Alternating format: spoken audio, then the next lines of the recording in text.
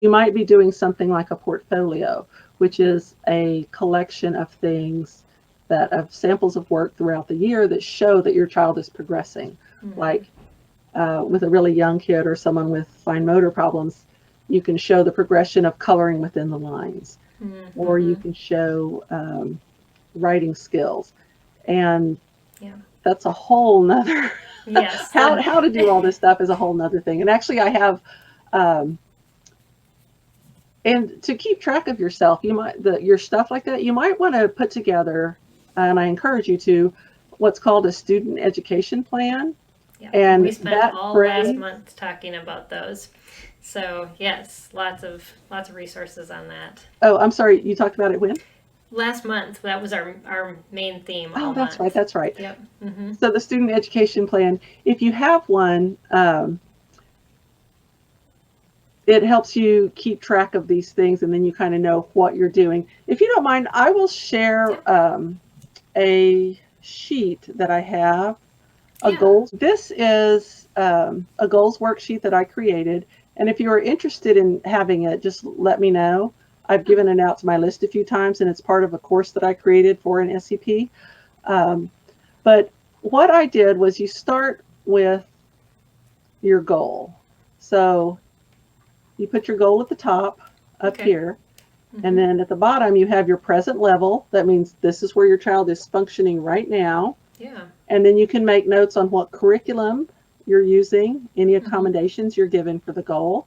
And then I have it divided into, each 10 percentage. So Mm-hmm. you can write out what it looks like.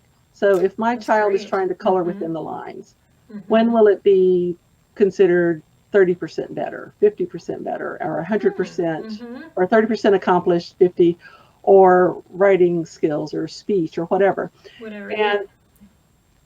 that That's way great. your child, and I wouldn't expect anyone to fill out every 10 percentage. It may be, you may want to do 25, 50, and 75 and Mm-hmm. 100.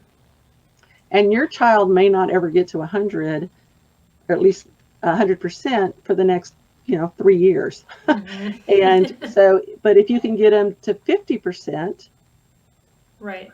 Well, you're showing progress. That's what's most important. you're showing progress. So even if you mess this up and fill it out wrong, like you're too ambitious, and if you have a really low goal and you meet it, then Mm-hmm. you can show that. So you can use a goal sheet like this, and then you know what Right. samples, you know when to save your samples. So a simple Mm-hmm. goal sheet will Oh help yeah. you do something like that. So if anyone would like that, just let me know. You can email me. There's a contact form on my website, and I will Okay. send it to you. Awesome. Yep.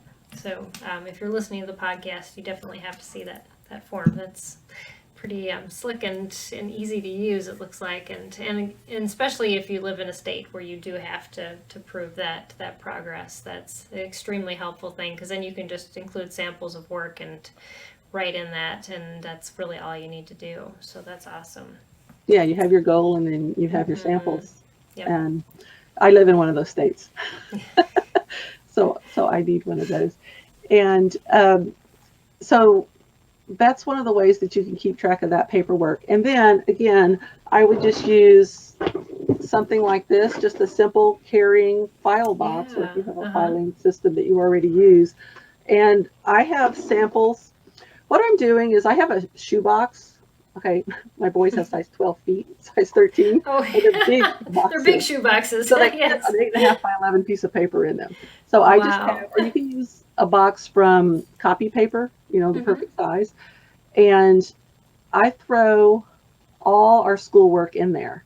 And then Mm. every few weeks, I will pull out samples. And so that way I have a Ah, collection that's a spot. great Again, this is idea. I'm a generalist. So I Right. generally collect the paper. Mm-hmm. And at that point, so every 3 or 4 weeks, I will go through and I will sort it by subject and then pull out the ones that I like. And that way, at the end of the year, if the evaluator says, well, do you have anything else? At least it's by subject and I can Right. pull it out. So Yes. so you're